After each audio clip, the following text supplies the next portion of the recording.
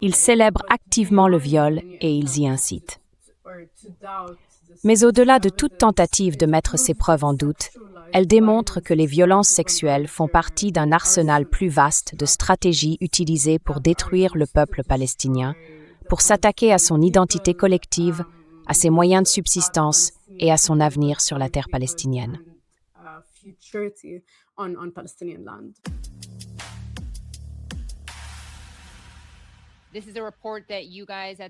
C'est un rapport que vous avez rédigé au sein du collectif féministe palestinien avec le soutien de l'Internationale progressiste. Pouvez-vous présenter certaines de ces conclusions les plus importantes, les plus marquantes? Il s'intitule « Un État prédateur, la violence israélienne systémique, sexualisée et fondée sur le genre contre les Palestiniens ».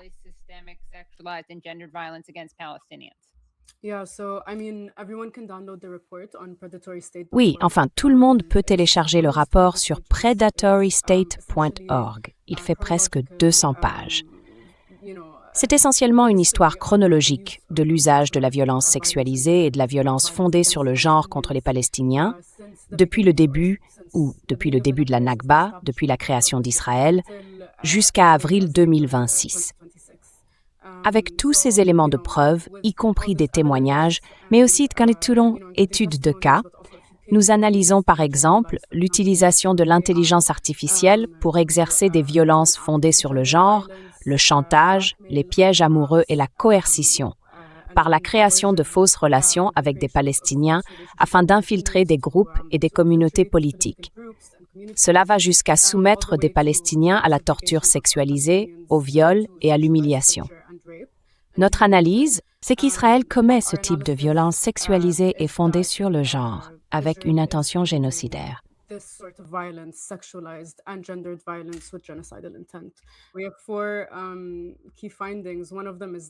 Nous avons 4 conclusions essentielles. L'une d'elles, c'est que l'ampleur et la constance de ce type de violence depuis la création d'Israël sont étayées par des éléments qui documentent des actes et des stratégies spécifiques mises en œuvre de manière systématique contre les Palestiniens dans différents contextes. Cela se produit dans les prisons, hors des prisons, dans des centres de détention de fortune, comme nous l'avons vu à Gaza, au domicile des gens, et partout sur les terres palestiniennes. Cela illustre la déshumanisation institutionnalisée des Palestiniens, orchestrée pour infliger des dommages collectifs et un châtiment collectif aux Palestiniens. La deuxième conclusion, c'est que les méthodes de violence sexualisée que nous analysons constituent un schéma qui découle clairement d'une politique coordonnée et d'un mandat.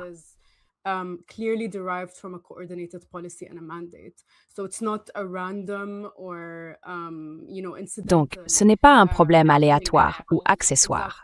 Ce n'est pas l'acte isolé d'un soldat ou d'un colon au mal caricatural. C'est systématique. Et c'est mis en œuvre avec une intention et une constance qui ne peuvent être que le résultat de protocoles imposés et institutionnalisés au sein de la colonie de peuplement, mais aussi profondément ancrés dans la culture qui la soutient. La troisième conclusion, c'est que le but de cette violence sexualisée, ou plutôt le but de la mise en œuvre de cette violence, est d'infliger une terreur collective aux Palestiniens.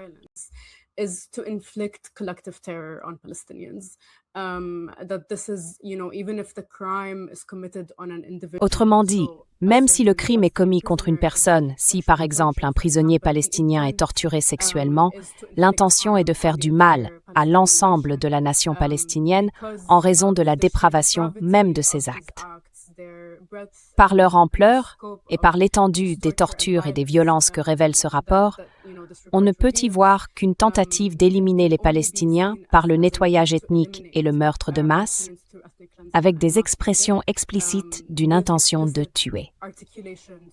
Et surtout, maintenant que depuis 3 ans, nous disons qu'Israël commet un génocide contre le peuple palestinien en nous appuyant sur les cadres juridiques du droit international et sur ses définitions, il est également important de dire que les violences sexualisées, la torture et les violences fondées sur le genre sont toutes commises avec une intention génocidaire. Elles sont toutes parties par crime de génocide.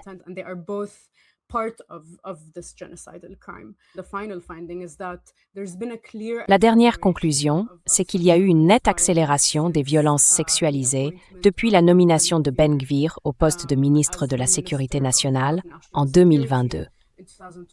Plusieurs rapports ont été publiés, ainsi que des témoignages, même avant le début du génocide à Gaza. Ils indiquent au-delà de tout doute, malgré les tentatives de déni, même si en réalité, je ne vois pas vraiment de tentative de déni de la part de qui que ce soit dans la population ou l'État israélien. En fait, ils les célèbrent activement et appellent au viol. Mais au-delà de toute tentative de mettre ces éléments en doute, ils prouvent que les violences sexualisées font partie d'un arsenal plus vaste de stratégies utilisées pour détruire le peuple palestinien, pour s'attaquer à l'existence collective des Palestiniens, à leurs moyens de subsistance et à leur avenir sur la terre palestinienne.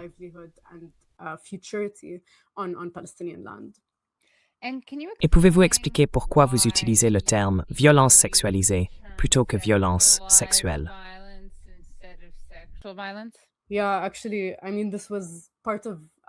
Oui, en fait, c'était un débat que nous avons eu en interne pendant la préparation de ce rapport.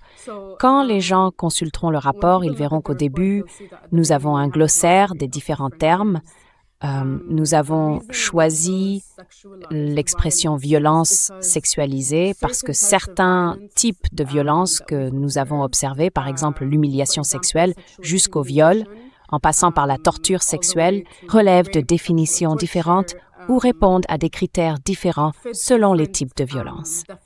Nous utilisons donc violence sexualisée comme terme générique pour englober tous ces types de violences.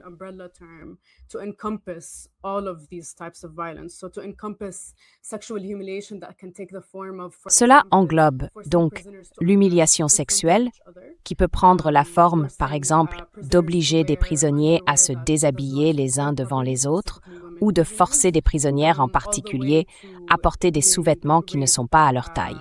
Cela peut aller jusqu'au viol par un groupe de soldats israéliens, d'une personne seule ou devant d'autres prisonniers. Et puis, bien sûr, comme nous l'avons tous vu, il y a les photos de soldats israéliens qui, après avoir envahi des maisons de Palestiniens, posent avec de la lingerie, utilisant en quelque sorte l'intimité et la sexualité comme des armes contre le peuple palestinien, dans le but de l'humilier. Donc, l'expression « violence à caractère sexuel » a été utilisée intentionnellement comme un terme générique sous lequel toutes ces formes de violence pouvaient être regroupées.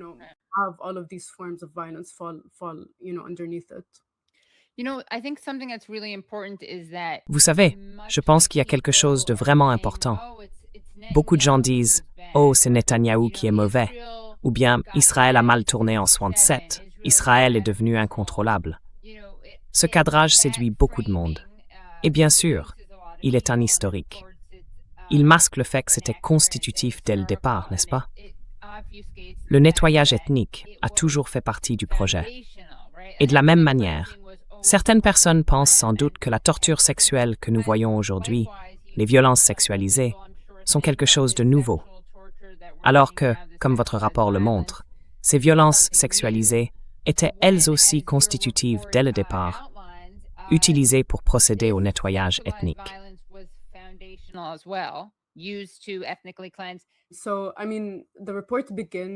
Le rapport commence donc par des témoignages et des éléments de preuve datant de 1948, des éléments recueillis dans les journaux publiés de victimes, des premiers colons juifs qui ont formé les bandes armées et les milices qui terrorisaient les Palestiniens et vidaient nos villages de leurs habitants, en menaçant de violer, mais aussi, et c'est important, en violant des Palestiniens. Ce qu'il est vraiment important de relever, ou l'une des tendances que nous avons constatées en examinant et en compilant ces éléments, c'est que l'esclavage sexuel était une stratégie importante pour ces premières bandes et milices sionistes qui envahissaient les villes palestiniennes et les vidaient de leurs habitants.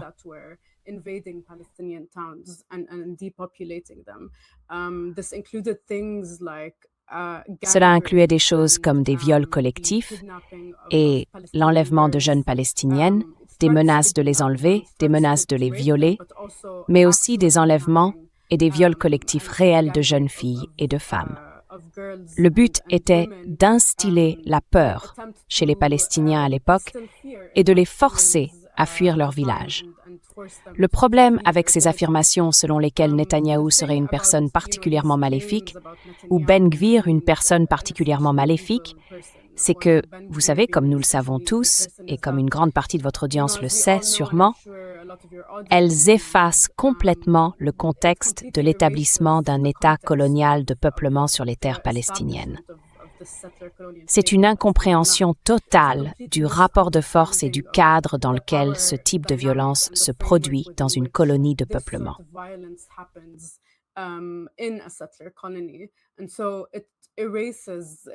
Et ça efface complètement, vous savez, toute une histoire en dehors de la Palestine, de violences sexualisées, de torture et de violences fondées sur le genre, utilisées contre les peuples autochtones, les peuples colonisés, lors de l'établissement de ces États coloniaux de peuplement. Et ça blanchit aussi, en quelque sorte, le récit selon lequel il s'agirait simplement, comme je l'ai dit, d'une seule personne caricaturalement maléfique. Ce que je trouve vraiment déroutant, quand des gens essayent de minimiser ou peut-être de remettre en question l'usage de la violence sexuelle par Israël contre les Palestiniens, c'est qu'on pourrait penser une société et des États qui semblent totalement unanimes pour affirmer que des femmes israéliennes ont été systématiquement violées par des Palestiniens le 7 octobre et qui sont tout aussi déterminés à utiliser ce canular comme l'une des justifications de ce génocide à Gaza, ainsi que de l'annexion accrue de terres palestiniennes en Cisjordanie et à Jérusalem.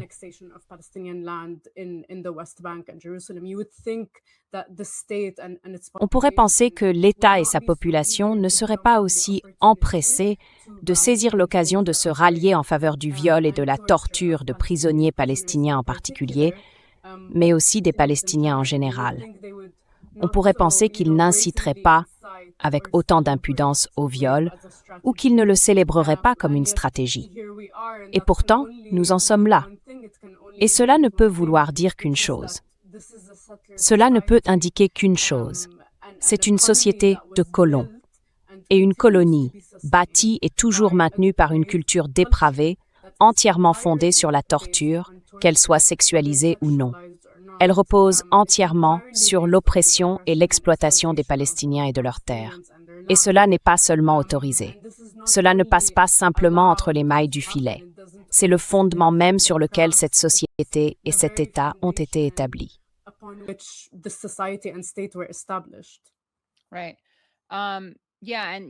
C'est ça. Oui. Et vous avez aussi, vous savez, ce membre de la Knesset qui dit qu'il est justifié, légitime, d'enfoncer des bâtons dans le rectum des gens. Vous avez ces violeurs qui deviennent presque des célébrités à la télévision de fin de soirée. Vous avez des humoristes qui font des blagues sur le viol de chiens. C'est un peu comme choisissez un récit, d'accord? Soit ce sont, vous savez, des calomnies antisémites, des accusations de meurtre rituel.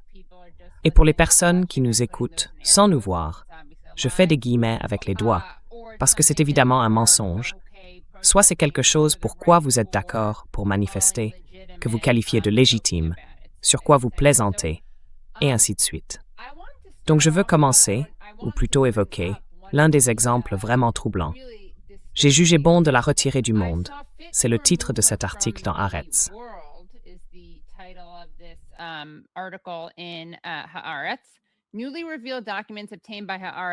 Des documents récemment révélés, obtenus par Haaretz, racontent l'histoire longtemps cachée de ce que Ben Gurion qualifiait, je cite, d'atroces atrocités. En août 1949, une unité de l'armée israélienne a capturé une jeune bédouine, l'a retenue prisonnière dans un avant-poste du Negev, l'a violée collectivement, l'a exécutée sur ordre du commandant de peloton, puis l'a enterrée dans une tombe peu profonde dans le désert. En 2003, le secret a donc été levé sur le journal personnel du premier ministre israélien, David Ben Gurion, ainsi que sur d'autres documents militaires israéliens classifiés. S'appuyant sur ces documents nouvellement déclassifiés, Haaretz a publié un article sur l'enlèvement, en août 1949, d'une adolescente palestinienne bédouine. L'entrée du journal de Ben Gurion, datée du 22 août 1949, montre que les plus hauts responsables étaient au courant de cette affaire. Il écrit « Cela a été décidé et exécuté. Ils l'ont lavé, lui ont coupé les cheveux, l'ont violé et l'ont tué. » Ben Gurion's August 22, 1949 diary entry shows that the highest ranks were aware of this case. He states it was decided and carried out. They washed her, cut her hair, raped her, and killed her. Testimonies from the 20 soldiers involved in the assault indicate that Les témoignages de 20 soldats impliqués dans l'assaut indiquent que l'ordre venait du commandant de peloton, identifié seulement comme Moshe. Après l'enlèvement de la jeune fille, Moshe a fait un discours à ses soldats sur l'importance du sionisme et sur leur contribution à la formation du nouvel État. Il a conclu en leur donnant 2 options concernant leurs captives. Elles devaient soit devenir employées de cuisine, soit leurs esclaves sexuels. En réponse, les soldats ont scandé « On veut baiser ». Moshe a alors organisé sur 3 jours un planning de viol afin que des soldats de 3 escouades se relaient pour la violer. Après la première nuit, durant laquelle elle a subi ce viol collectif et des violences physiques, la jeune fille a perdu connaissance. Le lendemain matin, elle a résisté à ses agresseurs. Elle a alors été exécutée et enterrée sur ordre de Moshe. Alors, pouvez-vous nous en dire davantage sur cet incident et sur son contexte, et sur la manière dont on comprend pourquoi ce n'est pas un incident isolé? How and why this is not an isolated incident? Oui, enfin, d'abord, une chose dont je viens de me souvenir sur la difficulté de mener les recherches pour ce rapport avec d'autres membres du collectif, c'est que ces documents qui avaient été rendus publics à un moment donné, vous savez, après un délai de 50 ans, avaient été déclassifiés. Beaucoup ont ensuite été de nouveau placés sous scellé et reclassifiés secret défense. Il existe donc, et il a existé, des preuves qui étaient accessibles au public, puis qui ont de nouveau été mises sous scellé et reclassifiées secret défense par Israël.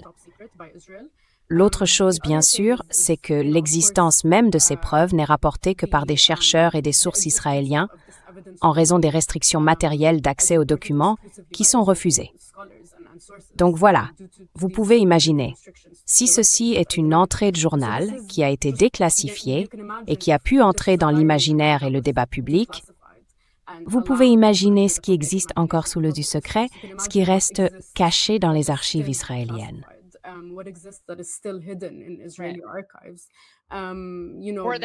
Ou qui viennent juste de mourir, je veux dire, qui sont dans ou qui ont été détruits. Oui, qui ont été détruits. Ou alors quelqu'un meurt et on jette son journal intime. Voilà. Oui. Exactement. Détruits ou n'existant plus que dans la mémoire de ceux qui les ont perpétrés. Voilà. Nous avons inclus cette entrée de journal parce qu'elle est en quelque sorte un microcosme ou un exemple de l'utilisation de la torture à caractère sexuel et de cette violence durant les premiers jours de la Nakba. Je veux dire, celle-ci date de 1949, mais il existe de nombreux éléments concernant le massacre d'F-48. À l'époque, beaucoup de survivants ont livré des témoignages expliquant que des violences à caractère sexuel étaient utilisées contre eux pour les forcer à fuir leur maison. Plus précisément, des milices sionistes qui ont ensuite été intégrés et officiellement mandatés comme les FDI, parcouraient les villages avec des haut-parleurs en proférant des menaces de viol, en hurlant des menaces de viol par ces haut-parleurs. Je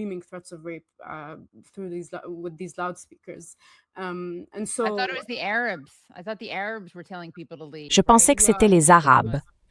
Je pensais que les Arabes disaient aux gens de partir, non?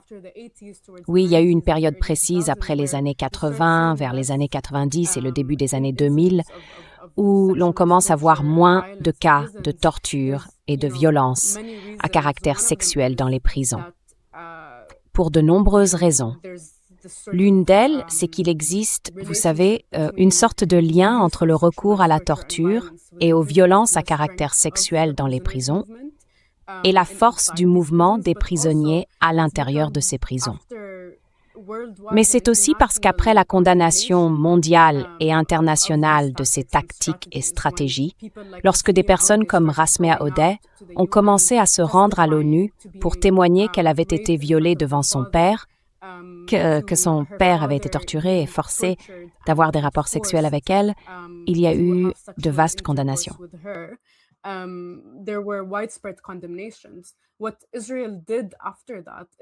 Ce qu'Israël a fait ensuite, c'est créer un cadre juridique pour encadrer la torture et les violences à caractère sexuel, pour les inscrire dans des limites considérées comme admissibles.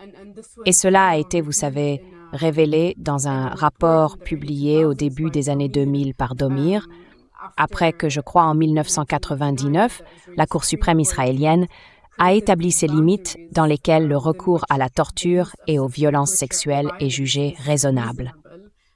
Bien sûr, selon l'appréciation de ceux qui les appliquent contre des prisonniers palestiniens. Cela inclut notamment des formes de torture qui ne laissent pas de traces physiques sur les personnes. Cela inclut aussi la torture psychologique, le fait d'infliger une souffrance psychologique par le recours à des violences à caractère sexuel.